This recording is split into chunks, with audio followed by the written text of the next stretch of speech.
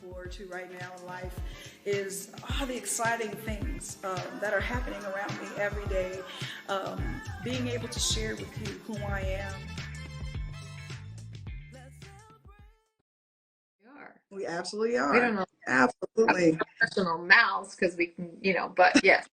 Good. You recently you were recently on a panel. I want to say, was that Berkeley School of Music? Berkeley had, yeah. Tell us about that. Their career jam. This is the second time I've done a panel. First was about females in the industry, and then just recently, I think it was Thursday. They have a career jam where they bring in a bunch of different panels for all different types of jobs. Well, yeah, they have songwriting. Rodney Alejandro, my friend Rodney, the chair of the songwriting department up there. So they had one for, talking about publishing and all that. And nice. On the one for it was more like a touring. There was two booking agents, a festival booking agent, and then myself. And then, but the greatest thing they did is they did breakout sessions after. So I got to meet with all women who wanted to be in the business, and Berkeley students, they had the questions down. Yeah.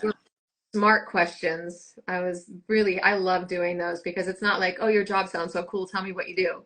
It's really specific questions. Like, this is what I've done. What do you recommend? How do you think I can do this with this experience? They're amazing.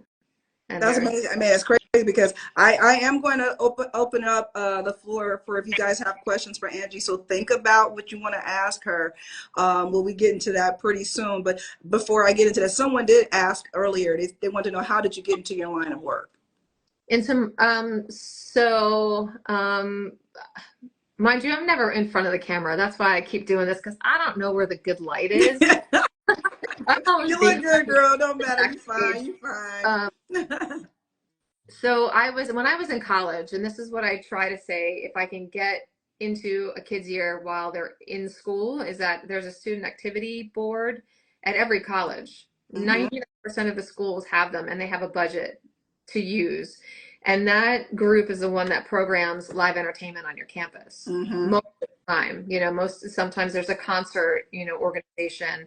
But that's what I did. I joined the student activity board, and I ran audio and lights at the club. I ran a portable DJ booth for like sorority parties or on-campus group parties or dance-a-thons. And then I started doing the bookings because we had a pub on campus and we had shows 3 or 4 nights a week. And we would do the major concerts. So I got, to bring some of the bands from Jersey into play, or, we booked the Spin Doctors, if you know who they are. Wow, Spin Doctors. Way back in the 90s. Wow. Yeah, we booked a lot of stuff, but then I would go to conferences. So there's a conference that's set up for student activities called the National Association of Campus Activities, NACA. And they're a national organization. So they have regionals and nationals, and you see showcases, and you learn how to do group bookings and dealing with contracts. So all of that played into me going to work for a booking agent, blah, blah, blah. But the turning point was, from the booking agency, I started booking bands at the amphitheater because we used to do side stages and have like cover bands in between the opener and the headliner. And Janine Edwards, who is a tour manager, she was working as a production assistant, said, "Can you come help out one day?" And I was like, "Sure, I'll come help out." And they stuck me. It was the Further Festival. I don't know if you remember that one. Which one? Further Festival. It was like a hippie fest. Okay. It was Bruce Hornsby, Bob Weir, Ziggy Marley. Oh, wow, okay. Oh, wow. Mid-90s hippie fest. And I was a deadhead for a little bit, maybe like 6 months in college. But I worked on the bus that the Grateful Dead management owned. And they were part of this management for this festival. So I was giving out VIP tickets to the artists. And I'm looking around going, oh my God, this is what I want to do. I closed my booking agency down and became a runner. Wow. So I became like low man on the totem pole, backstage, but that's how I did it. And I just kept working until. Everyone's shouting Stony out. Shout out to Stony Blue. He had to make his appearance. He had to I'm here, excuse me. I'm here. Everyone's shouting Stony out. Oh, wow. That's great. And so in knowing that, I mean, if you can just kind of give us a tidbit what does, or because you hear tour manager, road manager, blase, blase, what do you do? Every artist tour manager has a different role. Mhm. It all depends on what's really needed, but some tour managers are with the artist day in and day out, every movement, every hotel, every plane, Mhm. trains and all that. But I have done everything from traveling with the artist and booking all of the logistics and then dealing with on-site meet and greets and ticketing and overseeing the actual show, overseeing everything that's going on. And you're Mhm. kind of like still over the production and making sure that's all running smoothly. Mhm. But to helping vet shows, to helping out with family travel, to doing day-to-day management, which is usually with a big artist, it's usually a separate job, budgets and logistics for commercial shoots, video shoots, photo shoots, award shows, any type of live performance. So every job ranges. It all just depends on where the need is when you get in with an artist. So now I just tour manage. I just deal with his logistics, stuff about the show, parts, Mhm. advancing parts of the show, um, and then helping out with the crew travel.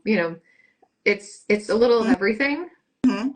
Still sort of um, watching over everybody and kind of keeping everybody on a good moral compass as well, Cool. which is can be kind of hard to do sometimes with certain camps, but Mhm.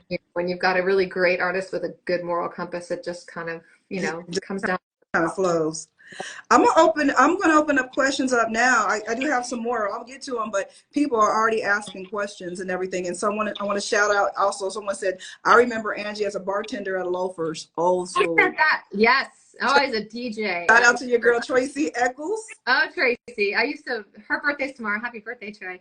Um, I used to wait tables as well as be a runner. So I had three jobs because as a runner, you were making $125 Right, a day. We were not making things, 20-hour days. right, I would wait tables as well. And they would also, hey, because this is the 90s again, I would bring my box of CDs and right, go into the closet where they had the CD changer and I would right. be DJ Kid Ange. I still have a business card that says that somewhere.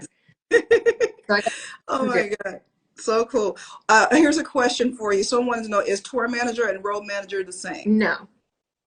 Road manager usually will take care of the band and dancers if there's a B party. So a road manager sort of works under the TM, but mainly watches over band and dancers, like a B Like, party. And then C party would be crew. And then the crew has a production manager and a production coordinator, sometimes a production assistant. right. So if you would kind of put it into perspective, it's like tour manager, road manager, production. Tour manager, production manager, and then like a road manager, production coordinator, production assistant. Boom, boom, boom. Got you. Here's another question for you. Is there a difference in your jobs in different genres? Um, well, every job is different. So the different genres didn't make a difference. What makes a difference is how does the artist travel? How do you get answers? Do you have to go to management for answers? Do you have to go to Mhm. his or assistants for answers? Do you go straight to the artist? Are you making the decisions because they don't want to make them and you can make them yourselves and just running that numbers or something by somebody? Mhm. So every job, no, the hip hop stuff was the same pretty much, but every tour has a different dynamic. Like Bad Boy Reunion tour, I didn't really have to do much with Diddy's travel. I had to keep my eyeball on 10 other Right. artists before they showed up, but at least I would get cars and stuff. But sometimes an artist has their own team that they just say this is when he's flying in, or he's on the bus, he'll be there tomorrow morning. It's all about the communication. If you've got people that communicate really well, then it makes your job easier and it kind of takes stuff off your plate. But if they don't communicate, you are basically pulling, just trying to Mhm. get it all so you have because ultimately you need to know what's going on with Right. them. Okay. Right. Right. Right. Right. Do you find that certain I would say, and this is just my question, is certain genres more difficult than other ones, or does it not? Doesn't doesn't matter. No, no, no, no, because Jay-Z was easy. I mean, easy in the sense that there was a flow of communication from management to him to who was traveling with him to his assistant. That communication was good. What makes it hard is when you've got young people, like a young artist that's huge with young people around them, that you're just like, well, I don't understand what's going on. Like who gives me the answers, you know? And you've got like a dynamic of, and there's a bunch of assholes around somebody that makes it difficult too, you know? But Absolutely.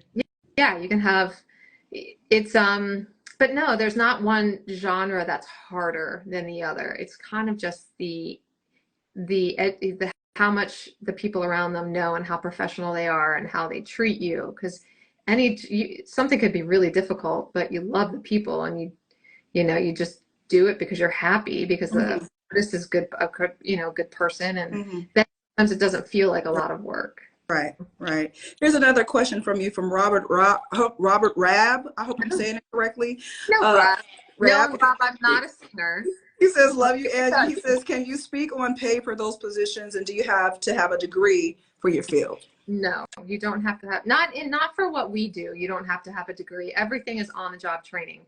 It's always good to know Excel spreadsheets. It's good to know how, like the basic computer systems. It's good to have a knowledge of immigration. It's good to have a knowledge and contacts everywhere. So you can't just come in as a person who's I have a master's in business management or music business. I don't know what they teach you, but learning on the road is you want to start at the bottom and learn everybody's job on the way up and do as many as you can, because you're a good tour manager if you know how every decision you make or the artist makes, how it affects everybody on down, with everybody in the camp. And a lot of it is, I have a contact. Oh, I know somebody there. I got it. I'll call them. Your network needs to be big in at this level. Nice. Now, you don't have to have a degree. You just have to have a lot of common sense and be really good with people. That's key. I think that's key, is knowing how to work with people. But Rob, I would love a vocal lesson with you one day. Here's another question. Babe Bryce wanted to know, how do you maintain your demeanor in high pressure environments? Omar, you're asking me a hard question. I don't know. I think I do well under pressure. I don't think I blow up. I think I calm down. I think I do. In fact, I know I do. I think in high pressure situations, I know how to keep it contained until I close the door, and then I just blow up back there. But I think I know how to handle the situations well. Well, that Jersey girl, that Jersey, you said earlier today, you're no nonsense. You're no nonsense with it. Kira Sumner, she said she wanted to know what personality traits makes a good tour manager. I'm good with people. You got to be good with people, and you got to. I've started to slip about remembering people's names and how I've met them. So I try to do the research ahead of who I'm going to see and who I'm going to run into to make sure I don't make an ass out of myself. But really being good with people and being really precise about what you need and what you want and when you need it and how, and being able to communicate that to the venue, a promoter rep, your artist team, and learning, like knowing that communication is key and keeping that line of communication open is really key. But knowing how to deal with, like, that was the one thing about Bad Boy, and if anybody knows, there was 11 artists, sometimes 15 on stage. My assistant, Raphael Pagan at the time, he looked at me one day, and this was when I took this as a compliment. So I'm saying this, and I'm not one to goad about anything about myself. He looked at me and he goes, "How did you just do that?" I said, "What?" And he goes, "You just told 4 different people no in 4 different ways." And I was like, "Yeah, I had to learn. I know how to deliver it to get the response I need, and that's for them to go okay and trying to leave the office. You just learn how you have to adjust your personality in order to get them to take you for." Well, your girl Tracy says she definitely handles things well, and we do know, and I've seen it hands-on with my own eyes, and how you do have this beautiful way of taking a scenario or situation and just conforming it to what it needs to be. Yeah. And I've seen you do your work, girl, and you're amazing. Here's another question for you from BJ, our BJ. He said, "Who was your most challenging artist to tour artist or tour to work with?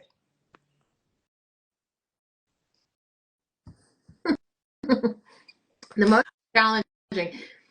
Bad Boy was probably the hardest tour I've ever done in my life. Mm-hmm. Not Diddy, because he was great. He was great on that tour. I absolutely loved working with him on that tour. Um, that was the hardest because it was all these artists from the 90s, Little Kim, um, Total. Total, which I love. By the way, they're going out on tour with Escape, I think it is, Okay. and SWE, so go see Total. So it was like 112 and the Locks and Black Rob and Mm-hmm. French Montana was in and out, DMX was in and out, all these different artists. And they, back in the 90s, they were hustlers, man. Yeah. They knew they were hustlers, and Right. how it was. And a lot of the teams were hustlers on that tour. They, I was like selling passes outside. So there was a lot of stuff that how are they getting away with this? But it kept me on level 1000 every Wow. day. And thank God it was only 19 shows. But it was the tour that I did I took 6 months off. So Imagine Dragons had gone on hiatus for a while, and I took 6 months off to sort of reevaluate if touring was what I wanted to do, or did I want to go have a baby or something, one of those life, moments. And I got called, and I was like, well, I'll do it. It's 19 shows, and it'll kind of give me this taste of whether or not I want to tour, because Right. it's one, right? Like, how bad can it be? And I walked off that tour at the Forum because we pulled stuff out of our ass at that show that I can't believe we still did to this day. And I walked Lonnie Richmond. You know Lonnie. Yeah, Lonnie. Hey, Lonnie, girl. We were walking out with all the alcohol we could carry, all the Ciroc, all the De Leon, tequila that we could carry in our arms. And I walked off that going, no, yelling, 3:30 in the morning. No other tour manager could have done that tour. I'm the only one who could have handled that tour. Blah, blah, blah. I'm the best tour manager. Blah. And I just walked off that ramp. And then we went to McDonald's and then I passed out. But it was one of those, it was one of those tours that says, I'm not done. This is what I want to do. I want to tour. If I just ran the Bad Boy reunion tour, like, come on, if I couldn't do this, if I just did this, I can do anything. I can do anything. And it was the defining thing of my money is what my money is. No one can negotiate me down. Like, right. This is, it just was that job that just satisfied. Yeah. Another question for you, and this probably be the last one. Is there an artist that you wanted to work with, dead or alive? Is there one that you would have wanted to work with or have not worked with yet? I mean, Pat Benatar would always be one. I would love to like go do a small run with her just because of who she is in my life. But no, somebody was asking me, and I don't really think that there's one that I right now would say, oh my God, I would have to. I mean, I've worked with the Stones. I've done big artists. I've done medium, small. I took Raven. Y'all didn't hear her say she worked with the Stones. Again, she leaving stuff out. I don't want to bust her out because I need her to tell her story. But I can just. And then one of those Eddie stories is that I got to go out when they were sound checking and singing Angie. So I actually had Mick Jagger sing that song to me, which was cool. But no, I don't think that there's anything really. I mean, when BTS goes back out, there might be some hesitation about me going, oh, what do I do? Because that is a really pretty special event to be part of. But no, I'm good. Right. Like, I feel like I'm good. Has there been any band? Here's a question from Judy. She wanted to know, have you worked with a band whose music you didn't like? No. Nope. Yes. Nope. I love it all.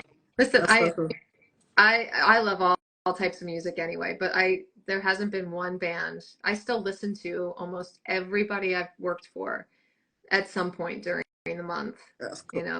Whether it's cool.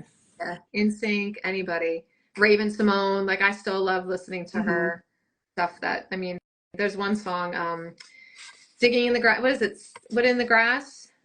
What was Digging in? Is it called Digging in the Grass? It's a cover song. Oh. Digging in the grass is a jazz. Get that for dig it. I'll sometimes put Digging that in the grass. Digging in the Grass. That's it. Love her version of that. So, but yeah, I listen to everything that I've worked with. I want to know, have you declined a job that you've heard was a problem? have I ever I've declined a couple of jobs that I've heard have been, I mean, Nicki Minaj. Some, I mean, just recently because yeah, yeah, I don't want to go. You're like, you don't have to go. Yeah, This will be a part two, people. We'll have to bring Angie back yeah. for a part two. Oh gosh. Oh, well, here's my last question for you from me. I just want to, or not even a question. Is there any advice you can give someone right now who's probably in his life thinking about, wow, her career seems pretty dope, blah blah blah. Do you have any advice for them right now? Um, if you're young and this is what you want to do, try to get into it soon, like ASAP. But it's all in. This is a type of career that's all in. That especially as a female. I mean, there are females that tour that have children and families, which I kudos to those, because I mean, I know how hard it is with a dog, but it's all in, and it's just that, and you love it or you don't. And I always say, oh, if somebody just likes it, don't be out here because you're not bringing the right energy to the rest of the group. But if you can get in, it's great. But I will say this is a type of industry where there's no guarantee. It's like being a musician. There's no guarantee that you're going to get the next tour. There's months that you sit around waiting for a call to go out on the road when you're building up your reputation. But 90% of the gigs you get are not because somebody's looking at 10 resumes. They're calling around asking, hey, who would you recommend for this? And right. And so it's always a type of industry where you want to keep up with people saying, hey, I'm looking for work.